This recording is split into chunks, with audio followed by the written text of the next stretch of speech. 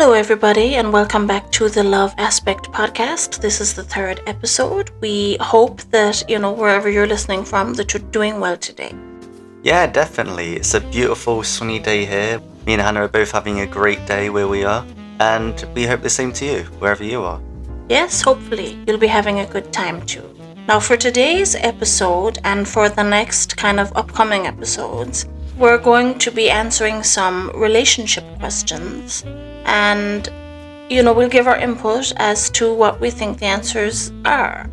And I'm going to start off asking Josh, and then I will answer myself.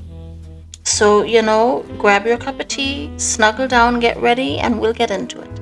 Absolutely. How did you want to do this, Hannah? Did you want to take it in turns, or did you want to ask me all the questions and then go for the questions yourself? Yeah, so what I'm going to do is I'm going to ask you the question and you're going to answer, and then I will answer as well after you. Okie dokie. All right, so if you're ready, let's get into it.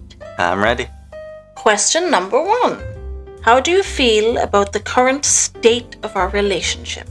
I feel the current state of our relationship is really good. It's really stable. It's very healthy. It's very positive. I don't want to sound like everything's perfect, but to be honest, I think it's really kind of as close to perfect as we can get. There's not really any issues in our relationship at the moment. There's nothing I can think of anyway. We very rarely argue. We both seem happy every day, and we always, we pick each other up when we can. So yeah, it's very healthy and it's very strong, and I've got no complaints. I've got nothing negative to say. It's good. Now, as for me, I think the current state of our relationship is a good one. And I think because Josh and I are very mature people, we don't actually end up having a lot of disagreements. Because I think what a lot of people should realize, I guess, is that disagreements are kind of superfluous to needs. If you're mature enough, you can get through anything without needing to disagree. I think sometimes what happens in relationships is that, we might have the same view, but we might express that view in a different way, and it's actually not wrong, and we actually don't disagree, it's just different, and that's actually okay. So I feel like the state of our current relationship is fantastic for me. Me too. So the next question then, question 2. What can we do together to strengthen our bond? I find this difficult because things are so good and go so well as they are, that to think or to find of anything that we could do better to strengthen our bond, I feel like, I don't want to say we've done everything, but I feel like if anything ever has come up, we've already tackled it. So I'm struggling with, I'm not trying to say our relationship's perfect by any means, but I'm really struggling to think of something that could strengthen our bond. Let's see, off the top of my head, I would say this is maybe pinching at straws, but me and Hannah communicate really well. I think maybe sometimes I worry about hurting her feelings and upsetting her, so I maybe don't say certain things that I should say. Things that are bothering me sometimes, or things that maybe I feel I could make Hannah aware of. And the thing is that Hannah never minds when I bring these things up, and I know she'll never mind, so I don't know why I hesitate to tell her. But sometimes I do, and I think I just need to say it. I always say things with tact. It's never mean, and Hannah always receives it well. I know it's always going to work out. Hannah's very good at taking, I suppose for lack of a better word, criticism. And yeah, she's very good at, accepting and understanding when maybe I do have a criticism. Or do have something I need to say or point out. So I suppose for, again, if I'm kind of grasping at straws, I suppose that's what I'd go with. How about yourself, Hannah? Can you think of anything? Yeah, I think when it comes to strengthening our bond, a lot of that, we're a very strong couple, but I think, with being autistic and stuff, I think sometimes I assume a lot of things and I don't say them because to me they'd be obvious. However, one thing I could do better to strengthen our bond or, make things better is to think about how best to say things and not actually assume that, Josh knows everything. What happens to me, like I recently bought something for comfort purposes, and it was to comfort me. And I kind of thought that Josh would have realized that it was only to comfort me. But when I tried to involve him in engaging with the object, like he kind of was a bit like, well, it's not really for me. And I thought you knew that. However, I hadn't really specified, no, this is just to comfort me, I'm just trying to share it.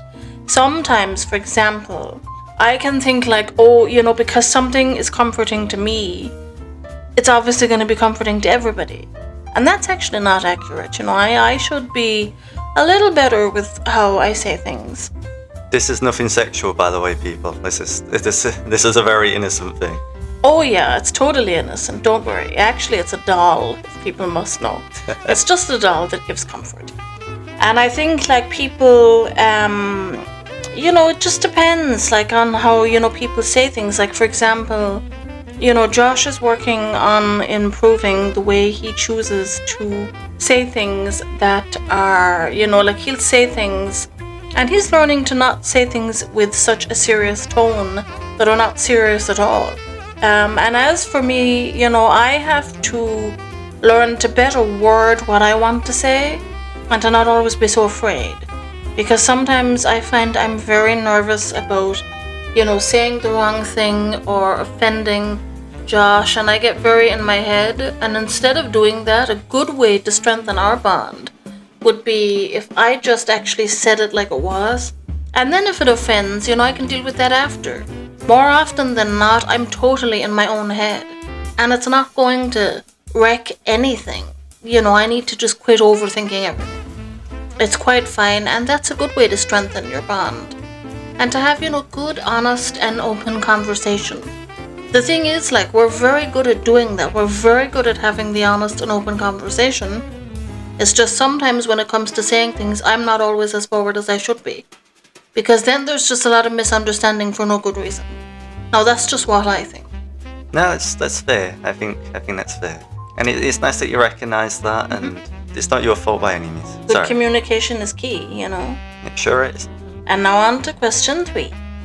How loved and appreciated do I make you feel? Oh, this one's very easy to answer. She makes me feel very loved and appreciated. I suppose to give some examples of what she does, she's always thinking of me. She'll either do something for me and tell me about it, or sometimes she won't. I'll get a nice little surprise, like a cup of tea or a little treat, and maybe she'll bring me a chocolate bar back from the shop. Like she's gone out of her mum to do something, and she's gone to a shop, and there's maybe like a food section, or maybe she's seen like a little, I suppose like gizmo or something on the shelves, and she's picked it up for me and given me a nice surprise after work or whenever she next sees me. And she doesn't have to do that, but her first thought is, oh, I've seen something I think Josh would love, I can afford that, so I'll buy it for him because I love him very much and I know this would brighten his day, and it makes me feel good to treat him. It makes me feel good to do something and get him something that I know he'll like, so I'll do it. And again, this doesn't even just stop at buying something from the shop. This, again, a cup of tea. She could just randomly come in the room with a cup of tea for me, and I would be none the wiser. I would never have even thought about it. It'll come out of nowhere, and it'll be a lovely surprise. There's just so many things that Hannah does. She constantly tells me she loves me and how special I am to her and how much she appreciates me several times a day, which I love, because some people, they just wish their partners would appreciate them and love them and let them know how grateful they are for them. And they're probably lucky to hear it once in a blue moon. I get to hear it several times a day from Hannah. And I absolutely love that. There's so much that we could probably make 3 episodes of me just listing off the things that Hannah does for me to make me feel so loved and special, but that's just a handful for now, so I'm sure more will come up in the future. But to make what could be a long answer short, Hannah treats me very well. There's some examples. And as for me, Josh understands what it's like in my life to be me and to have, with autism and stuff, the kind of complications I have. And he's so appreciative of everything that it makes me feel so loved and appreciated myself.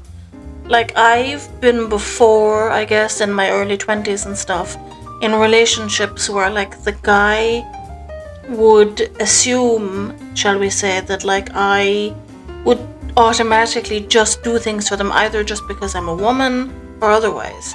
And there's this kind of assumption. And it's not always, like, it's just not good, basically.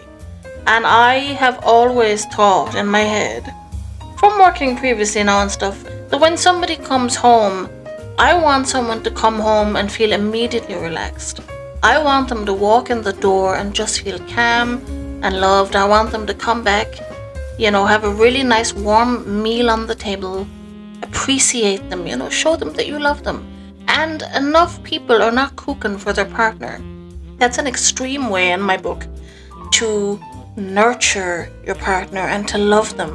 I always say to Josh, actually, and I think it's sweet to say, no, it could be corny, but I always say, I made you this meal and there's love in every bite. Because I feel like, I just put all my time and my love and my care into that, and, I'm really open to doing things like that. It's really important. And, like, I guess, going along with things that sometimes, I need to learn to give myself a break as well. You can't pour from an empty vessel, for example. And I think, to be honest, this world is full of a lot of people who cannot pour from an empty vessel. You have to build yourself up too. And if you're not taking care of yourself, you're given to no one. And you're going to be losing. So, everybody, this is just kind of like, I suppose, a PSA. Just always look after yourself, because then you can properly give to people once you've filled your own stores. So I do a lot of things for, like, self-care, taking walks, doing meditation, looking after myself. So I'm in the prime condition I need to be in to look after Josh and to give him things. And I'm very open to things like that. As I said earlier, it's extremely important to me to have someone come home and immediately feel the love and immediately feel like as soon as they come in the door, work is gone now for the rest of the whole day. And I'm taking care of them, I'm looking after them, or in this case Josh, and I'm making sure he has everything he needs. And he makes me feel so loved and appreciated. And it's really nice to be given to somebody where it feels appreciated and like it's not an obligation. Because I found before, when I've been with people, it's expected that I would give to them, like, you must give to me, you have no choice, or something, And, like, nobody wants to be given to anybody who doesn't appreciate it. I mean, I've been with people who don't appreciate it, and I've given up completely. I'm like, well, you don't appreciate me, so you're gonna get nothing from me. And I've been mean, like someone might say, well, where's my dinner? And I'd say, well, you know where the cupboard is, figure it out. This is fool around and find out, as they say. It's not good. Like, you need to be appreciating everybody in your life, and it's important. And that's why I adore Josh so much, because he really makes me feel so loved and appreciated. And, he accepts me as I am and accepts that I do everything I can for him to just make everything in his life easier and to make him feel like it's not all hard work. That, like, he's completely supported at home. He's obviously supported at work. So there's a work-life balance, which is really good. And I really like to feel that I add a lot of value to his life in that way. You do, sweetie, and I'm very grateful for it. Thank you very much. So, you're very welcome, of course. Now, question number 4 is, what are your expectations of me? Expectations of you? And I would assume that means kind of going forward in the relationship. I don't really see me expecting any more of you moving forward as of now. I suppose if we're talking about current expectations, I suppose equally sharing workloads with me. Like me doing some housework, but also you doing some housework. Like maybe if I fill the dishwasher, if you can empty it, or if you fill it, I'll empty it. Absolutely. Occasionally I'll make the cups of tea, but occasionally I'd like you to make the cups of tea, which you do. What else is there? I suppose when it comes to money, if we're, I suppose, buying something together, or if we're paying for something together, I'm not a 50-50 guy. I this might be a bit controversial, but I believe it should go on amount, who kind of earns more money, I suppose. Or rather, I should say, I think it should go on your earnings. So Hannah earns less than me. Mm-hmm. So I don't think it's fair to expect her to pay as much as me. So going off of her earnings and my earnings, I put a bit more in because I earn more. To me, that, you know, I calculate it that way and that seems fair to me. That way we both kind of have money to ourselves. But I suppose that my expectation is Hannah pays a certain amount based on what I've put in and what she earns. Mm-hmm. So when it comes to, again, to buying something that we're both using or both need or both bring money towards, I expect her to financially pay her fair share. Mm-hmm. What else? I suppose when it comes down to it, the only thing I really expect Hannah to do is to be fair. Mm-hmm. So I expect it to be fair in the sense of, again, housework, money, being reasonable. Again, if we're taking in turns doing something, if I've done something one time and it comes back up again, maybe Hannah could do it the next time, and, you know, I'll do it again the time after. You know, we'll take it in turns. Just, I suppose, fairly sharing any workload within reason, I think, is what I expect from Hannah. And she does that. So I've got no issues there. My expectations are met and I'm pleased with that. Thank you very much.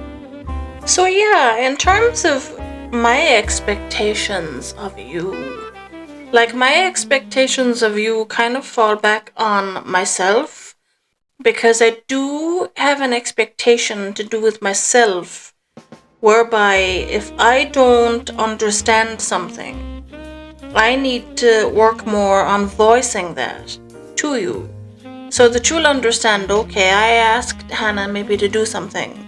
She didn't actually understand what exactly it was I was asking. And instead of just assuming and getting it wrong, which, let's not lie, does happen sometimes, you know, I have to learn to actually ask you to explain exactly what it is you'd like me to do.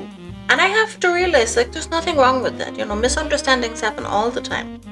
You know, there isn't anything wrong with that. And so I suppose my expectations of Josh are probably just that he would, you know, explain a little bit more. For example, if he likes something or doesn't like something, or, you know, wants or doesn't want something, like to maybe just explain a little bit more why, so I may have an understanding. Because I think sometimes it can come across as, like, I don't want to say random, but like sometimes it can come across like he doesn't want to do something, for example, and I would have no idea why.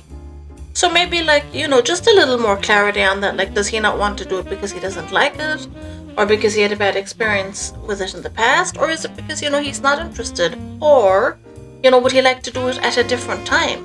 Because that's certainly an issue that I have, that I know I have, is like I will sometimes want to do something and it will not occur to me that the timing is very wrong. Or, you know, I might want to do something and it's just quite late at night, and then I'll realize, like, I can't do it because it's late at night. However, I don't tend to stop and think sensibly, because the sensible person would think, well, it's too late to do it now, I can simply do that tomorrow. I'm working on that, but sometimes I feel very, you know, it's quite autistic, I think, but it's very like, if I don't get to do it now, will I ever get to do it, and what happens? And you get so in your head, and it's completely unnecessary. So I guess the expectations that I have of Josh probably are A, to explain himself maybe a little bit more, or even B, just ask me from time to time, did you understand what I said? Because sometimes, like, he's not even asking me to do anything. Sometimes it's just a statement he may be making or something he's saying, and I need to learn to say more whether I get it or not. And if I don't get it, I need to be able to say, hey, I don't get that.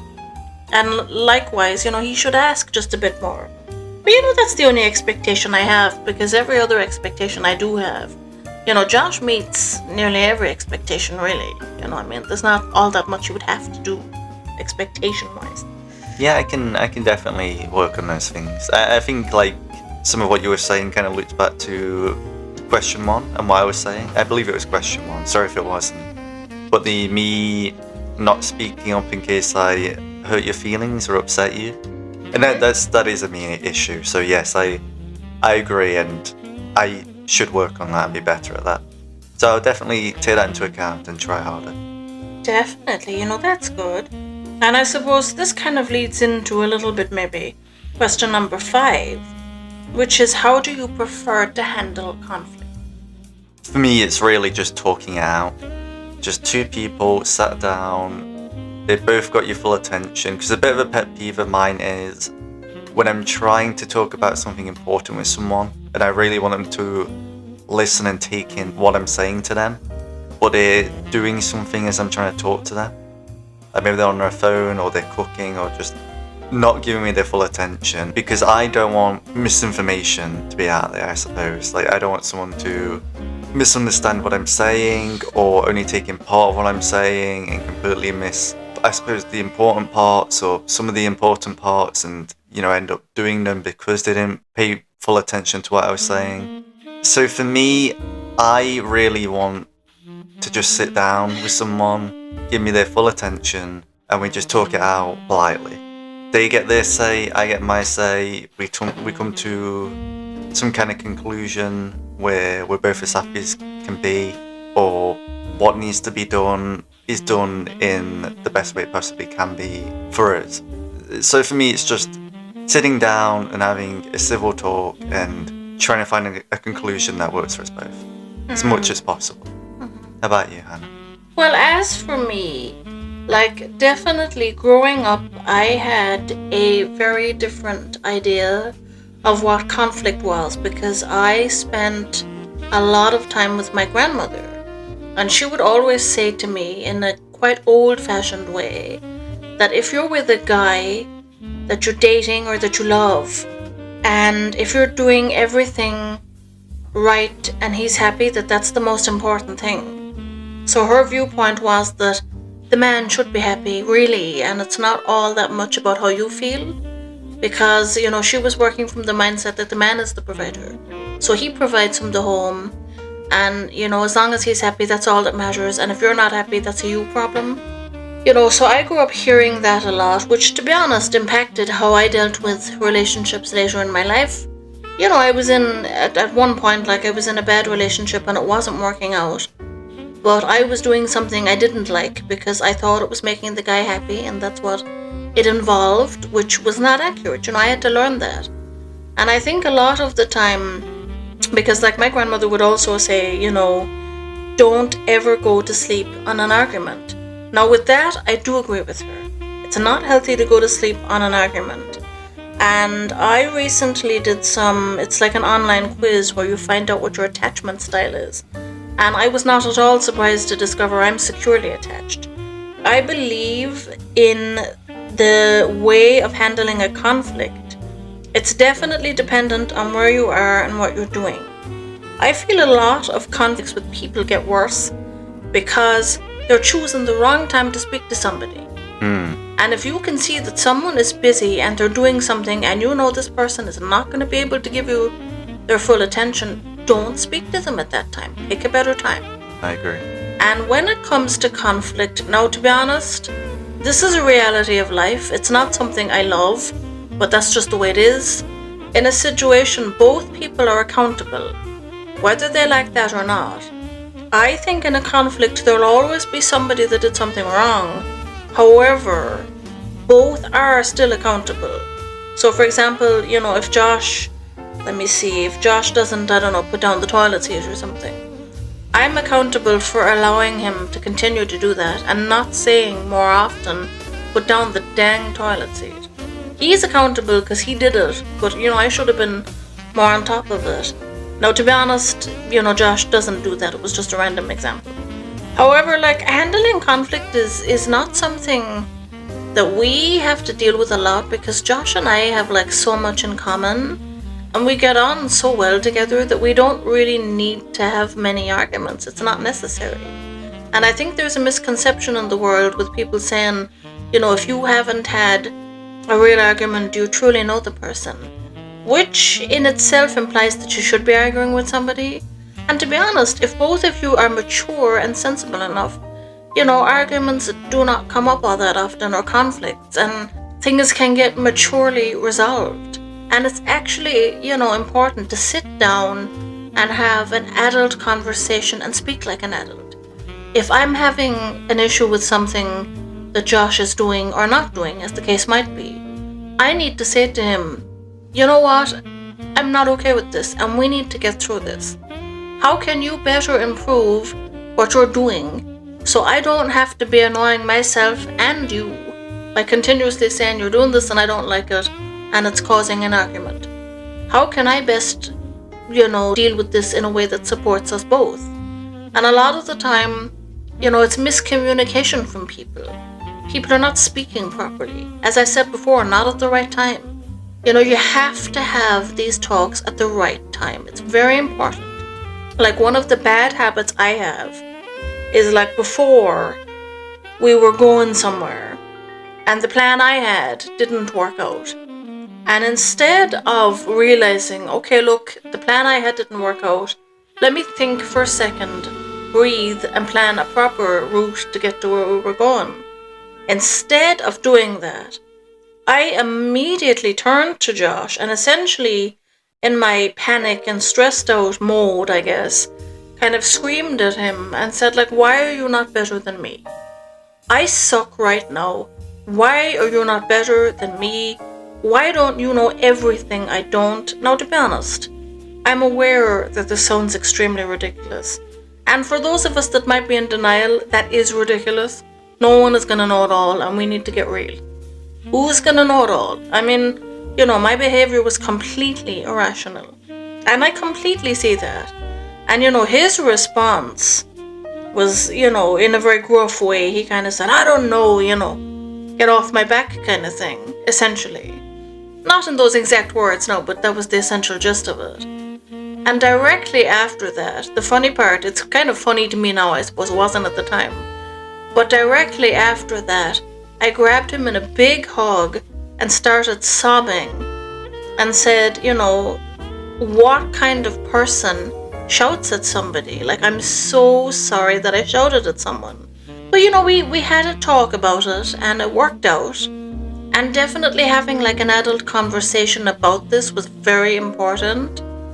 And sometimes, like, again, it goes with communication. Because I at one point told Josh that I didn't want to do something.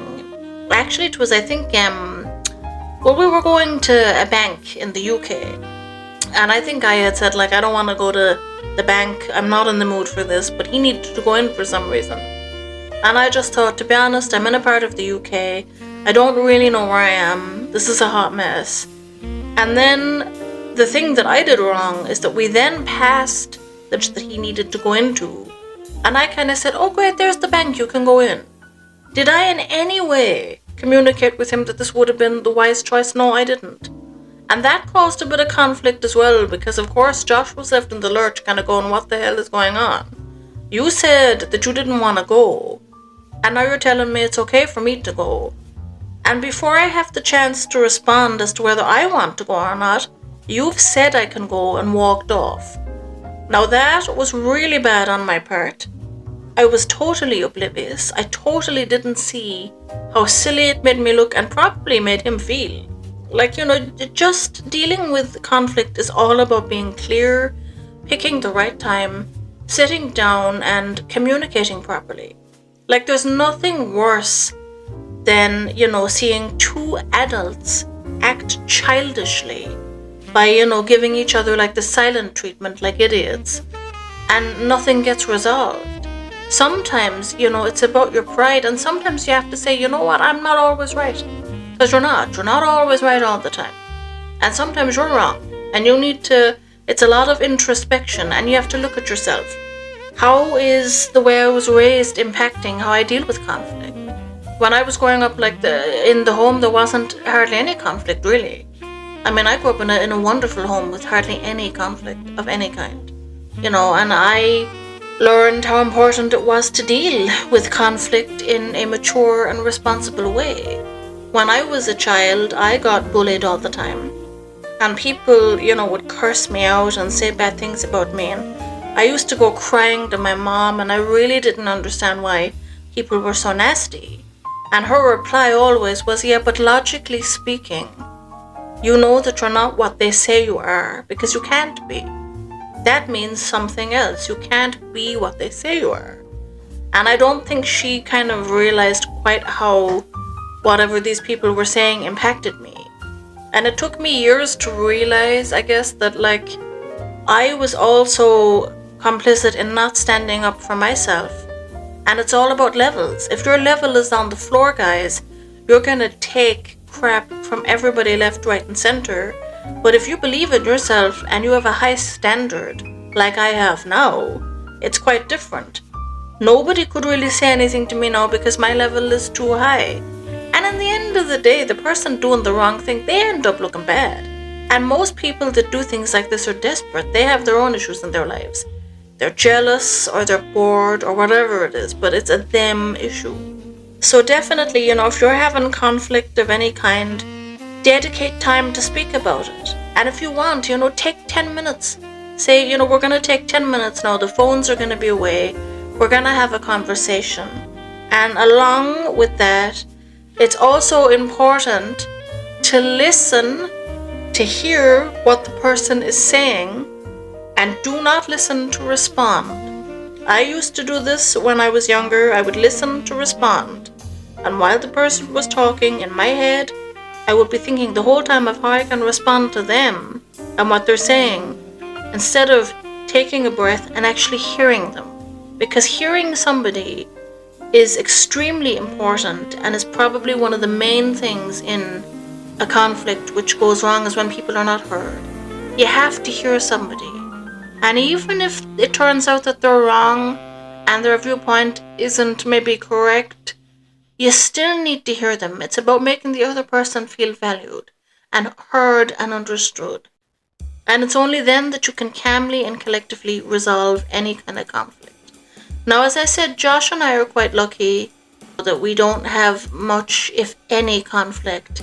And any kind of little niggles that we have or annoyances, they kind of get really resolved on the spot, don't they? Like, we don't kind of let anything fester. No, nothing ever really lingers. We kind of just hit the nail on the head there. It kind of gets resolved within a few seconds.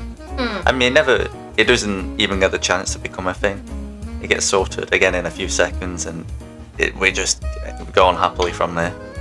And to give some context to what Hannah was saying earlier about being bullied as a kid, Hannah is half Indian, and she grew up in the first few years of her life, the first 8 years, I believe, in the UK. First 7 years in the UK. So, she had a darker skin tone. Her mum was white. You can kind of imagine some of the things that were said. So that was quite harsh towards a child. Yeah, and like when I grew up, I completely learned to accept myself as I was. My father his family are all Indian, basically. He was born in Malaysia, but his mom and all her family are Indian. So, I'm half Indian and my mom is Irish and white. And it was definitely very interesting. Like when I was younger, being bullied, it definitely takes you places that you don't think you're gonna go. And when like I was younger and stuff, I was bullied sometimes and it wasn't even about me. Like sometimes it was about like my mom. I remember like being 10 years old and going off to someone's party, and mom had an old car at that point. It wasn't even a new one that her friend had given her when she was learning to drive. And they started mocking me. Your mom has a crap car. Don't you feel embarrassed by how bad your mom's car looks? And they did say it to my mom. And, Deirdre said like, well, I mean, it gets me from A to B. And you sound a little bit silly. Does it really matter? It was like water off a duck's back to her, but when I was that young, I couldn't understand why anybody would choose to say such nasty things. Like, it made no sense to me. And as you get older, you just learn to deal with things better. And that leads perfectly on to question 6, which is, how can we support each other better? How can we help each other better? How can we help each other better? That is a good question. So is this how I think I could help you better, or how I feel like you could help me better? It's both, I think. Like how you think you could help me better, and how you think I could help you better, and then I can say the same for me. Okay, so the way I'll start with how I think I can help Hannah better. So I think going back to question, I believe 4, I think it was, about giving Hannah clarity. Clarity on some things, like maybe if I'm asking her to do something, or if she's asked me to do something and I'm maybe pulling a bit of a face, or I wouldn't say I maybe pull a face in a way, but it's never like, oh, it's more like a thinking face, and I should probably kind of give her some clarity to why I'm thinking what I'm thinking and why exactly I'm thinking that way. So I think giving Hannah more clarity, I think trying to make it as clear as possible. I think that's how I could help Hannah better. As for how I think Hannah could help me, I would say I feel like Hannah has a habit of, and I want to start by saying Hannah does do her fair share of work. So I wouldn't want to contradict what I said earlier or imply otherwise. I feel maybe sometimes Hannah will look to me to do something that she could probably do herself. I think maybe she feels like it's convenient to ask me because maybe I'm already up. Which in that sense, yes, but maybe I've already done a job myself. Or I would really like to come and sit down after doing what I've done. I think Hannah, and I don't want to speak for Hannah, you tell me if I'm on the wrong path, Hannah, but I feel like Hannah asks me out of convenience. Again, I'm already up, and maybe she wants something doing in the kitchen, I'm already in the kitchen. Yeah. And she's thinking, oh, he's in the kitchen, maybe he could just do this thing that I need doing whilst he's there. Which I get, but I suppose from my point of view, it could be like, well, I've done what I've needed to do. I want to sit down and relax. If this is something you're wanting to be done, maybe you could do it whilst I sit down. Yes. So I don't think it's Hannah being lazy. I think, again, she's asking me out of convenience. Yeah. But from my point of view, it's I am in here, but I'm here because I've just gone to get something, or I've just finished doing a job for myself in here, a job that needed to be done in here. I don't mean that in a rude way, but I think, again, sharing, if it's something Hannah wants it for herself, maybe there are occasions where Hannah could just get up and do it for herself. I feel like this is coming off really bad. I don't mean it in that sense. I mean, I guess what I'm trying to say is, if I want a job done for me, I mean, I'm happy to do it sometimes. I should probably clarify. I just don't want to be doing a task for Hannah all the time. Yes. Maybe sometimes if Hannah wants a task done, maybe she could do it if she's available to do it. So that's my answer for that, on your part. Yeah, I definitely think Josh has a point. Like, lads, I'm a work in progress. Sometimes if I see that he's, going into the kitchen, I may think I want something from the kitchen, and as he's in there, he could grab it. But I don't stop to think that maybe he's in there for a different reason. And I think something I could do, I suppose, to better support Josh is to be a lot clearer when I'm asking him to do something. For example, sometimes I might say to him, I might ask him, okay, do you want to do something? Or would you like to go somewhere or something? Or just do something around the house? But I'm not clear about the fact that it doesn't have to be immediate. And I don't mean that we should immediately do it, because more often than not, I'm never going to mean immediately. But because I'm not clear, I imagine that comes across as confusing. And I think a problem that I have that I don't think kind of computes with Josh, maybe, and I could be wrong, but I get a lot of ideas about things that I would like to do. And I do actually intend to do them, and I do them. However, I think it's a little bit annoying to be on a schedule or to put yourself under pressure. Like, okay, you said you want to do that, when are you doing it? Because for me, I'm kind of like, well, no, I intend to do it, but can you get a life?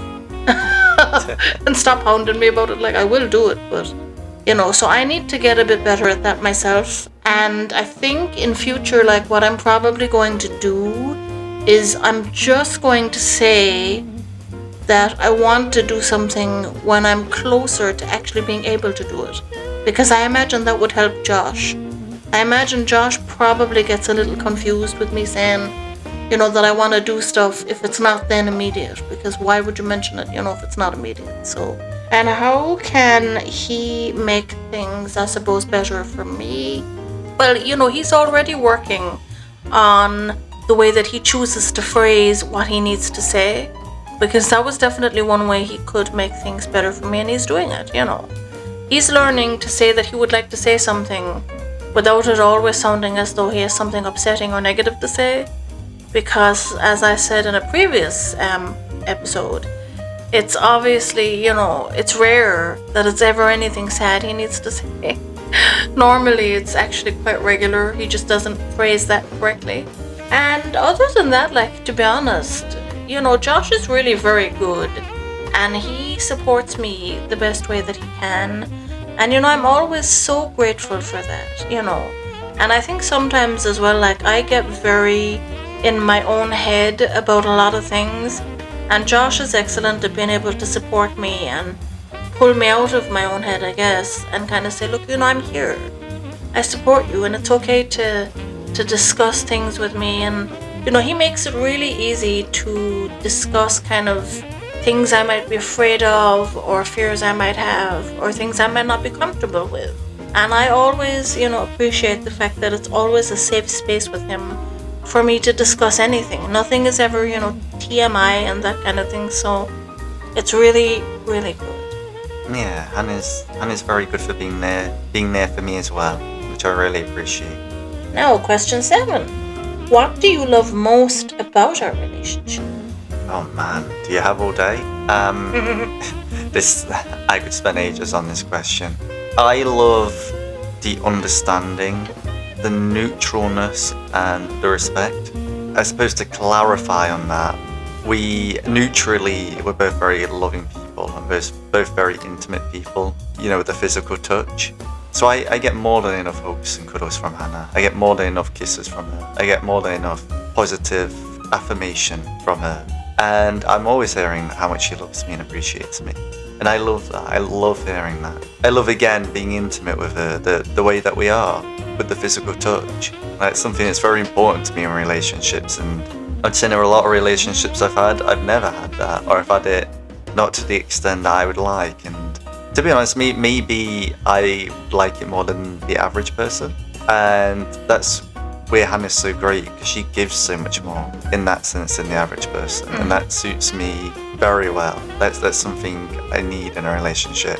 So Hannah fulfills that need of mine very well. I love how understanding she is. She's very understanding. She's always reassuring me. She's always telling me something is okay. She's always telling me not to worry, and how proud she is of me. There's a lot of understanding there. Very little judgment, if any, ever. I love how much effort she puts in as well. I mentioned in a previous episode, Hannah's not a huge gamer, but Hannah, she sees me playing some of my games, and she gets invested and talks about it with me. She'll ask me questions, and she'll put the time and the energy in to take a part in my interests. Actually try to understand and try to be involved. And I love that. I love that she puts the effort in, because I think it's very hard to get into something that maybe you're not into yourself. So I feel like it does take effort to take the initiative, to put in the effort to be a part of that interest, or to at least be involved in some way, because it's something that means a lot to your partner. And being involved with them in that would mean a lot to them.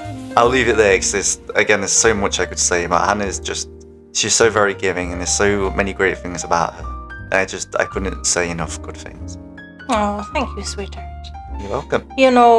One of the things that I definitely love most about our relationship is how equitable or equal it is. There's a lot of give and take, and a bit like the sea, it ebbs and flows in a really nice way. And, there's a lot of, love, support, kindness. I know, for example, that I could come to Josh with absolutely anything, and, he'd never judge me. Well, when we were first dating, maybe TMI, I don't know. I got, for the ladies out there, I got the cycle from hell. And it just, we were at a hotel, and it was the last day there, and I was going to be flying home from the UK. And I messed up the bed. And I thought in my head, dear God, from past experience of being with other people, they would freak out at the time of the month. They'd be like, we can't cope, we can't deal with this, it's too messy, it's too everything else. There was a lot of drama. And so I became used to men freaking out in a negative way. And so when I realized I had made a mess, I thought, oh my God, Josh is gonna be really angry. He'll snap at me, he might leave me altogether maybe, because, that's what I was used to. And instead, he really surprised me. He was saying, you go in and take a shower, I'm gonna get you a cup of tea, and we're gonna clean up, and it's completely fine. It didn't scare him. And ladies, just to say, the right man will never be afraid of things like that. I thought a lot of men were scared of things like that, and he was not scared. He absolutely embraced it, and he even said to me afterwards, why would I be scared? It's just a natural thing women go through. They can't control it. And so I just love how, supported, loved, and appreciated I feel, having a giant hand that holds your whole body and supports you. And it's you're completely free to break down, have the worst days of your life, or have a terrible cycle or anything. And the hand that supports you, or in this case Josh, is still there. It never dissipates. And, as I said, I had this misconception from previous relationships I'd been in, that he would be terrified at the sight of that mess, and that it would scare him to death. And I was terrified of frightening Josh, not realizing that, he was just lovely, and it wasn't frightening to him. I was really scared. I'm gonna look this way, he's gonna get afraid, oh dear. He'll be terrified, and, he wasn't. And from that moment on, our relationship just went from strength to strength. And even at that time, when it was my time of the month, before I made the mess, I got highly emotional, because that's what happens when it's my time of the month. Sometimes I just get extremely emotional, and I would cry. And I remember I went into the bathroom to cry, because I got used to being told by other guys maybe that, I shouldn't cry in front of them, people are going to think they did something wrong.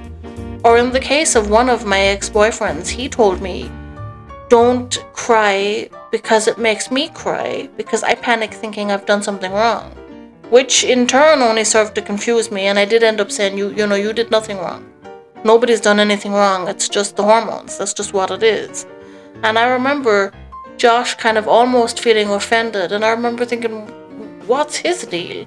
And then he said to me, please don't feel like you have to go to the toilet in order to cry. I'd rather that you cry in my arms. Which, ladies, as you know, at that time, when anybody is sweeter than honey to you, you'd nearly cry again for that reason. So then I ended up crying happy tears in his arms, because I was so overwhelmed by the love and kindness that he had shown. And I think, to be honest, I love Josh's family. I think they are some of the best people. His mom, Karen, is a gorgeous soul, and I love her. I think she's absolutely fabulous. And in that moment, I thought, you know what? Karen did a good job. She raised an epic son who was not afraid of female troubles and dealing with women. And it created this extremely important and positive environment where he was a really well-adjusted guy who, impressively enough, had a really good hold on kind of understanding women. And for me, it was actually really impressive. And I just thought, you know what, go Karen, you did a great job. And I think it's important for all people who have sons. You need to be teaching your sons to be the kind of person that you would want your daughter to date, even if you don't have a daughter. Because, I feel it's important that a lot of men grow up to understand how to support a woman. It's quite important. And even if the guy is gay, he'll have female friends he may need to support, or maybe sisters. There's always going to be some woman somewhere. And, hey, if he's gay, he might be the woman. He might be the diva. Who knows? But it's really important, and that's what I love kind of the most about our relationship, is the sense of security and how free I am to just be myself, to absolutely break down, and to know that it doesn't terrify Josh. He's not afraid, and he just supports me. There really is nothing like unconditional support from your lover. It truly just adds joy tenfold to any situation. And to be honest, I'm so extremely grateful that it doesn't scare him and he's okay with that. It's really important. Thank you, Hannah. Like I said back then, it's a completely natural thing, and anyone who's offended by that, I don't understand. Like, it can't be helped. It's a part of life. It's what happens to every woman. What else can we expect? What else can we do but take it as it is and support our loved ones, the women in our lives? What more should we do? We should be lending a hand, being understanding, being as patient as we can, just helping out as and where we can. Of course, and if you get lucky enough, to have someone as kind and supportive as Josh in your life, grab him with both hands and run, because I can guarantee you there's a lot of men out there that are absolutely clueless, and they're afraid to say that, which, by the way, is not a huge issue.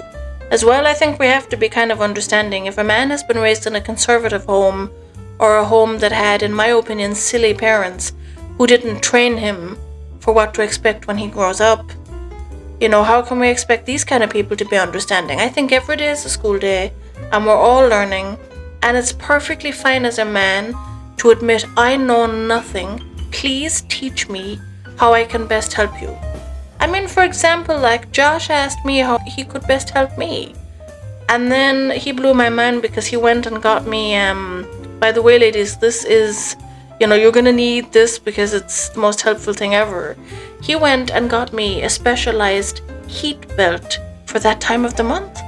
And it heats up and it vibrates and you just strap it on around your waist. And it blew my mind. I've never had someone just be able to look after me so well. And just, it was amazing. And every day, as I said, is a school day. And I think as women, we need to become more comfortable with being able to express to men that don't understand how to help us, how best they can help us. Our flaw as women, and it is a flaw, is that we assume everybody is going to know stuff about us even when we choose not to say it. And then we're annoyed because, well, he didn't do that, or whatever it is. But if you haven't told him, he's not going to know to do that. So, we need to be upfront, and it needs to be a lot more sensible. That has been the 7 relationship questions. We hope that you thoroughly enjoyed listening and hearing this discussion, and that it has been insightful and you've learned a lot from it. I hope that, wherever you're listening from, that you have a wonderful day. And, stay lovely. And thank you so much for tuning in. We'll see you next week. Thanks, guys. Yeah, absolutely. We're making this a weekly podcast, and we're aiming for every Sunday. Obviously, on occasions there won't be one. Maybe for holidays, or if we're away, or if life things come up. But for the most part, it will be a weekly podcast, and we do aim to get it uploaded every Sunday. I suppose that's the first day of the week, the last day of the week, depending on who you are and how you look at it. But yes, it will be every Sunday, for the most part. They are our 7 relationship-related questions. I'm sure we'll do something like this again in the future. Like, there's just so many. Yeah, like Hannah was saying, for now, thank you very much for listening, everyone. Stay lovely, and please tune in next week, or just whenever you are able to. Also, guys, don't forget to leave a comment down below. In the next, upcoming episodes, we're going to be doing a series where I'm going to ask Josh questions that I would like the answer from a male perspective point of view on. So, if you have any questions that you would like to hear a man's point of view on, please put them in the comments. And likewise, if you have any questions that you would like a female aspect viewpoint from, you can put those in the comments as well, because we're going to do one where I answer questions from the female point of view. So, that should be very interesting. So comment down below if you have any questions. See you next time. See you next time. Thank you very much. Thank you.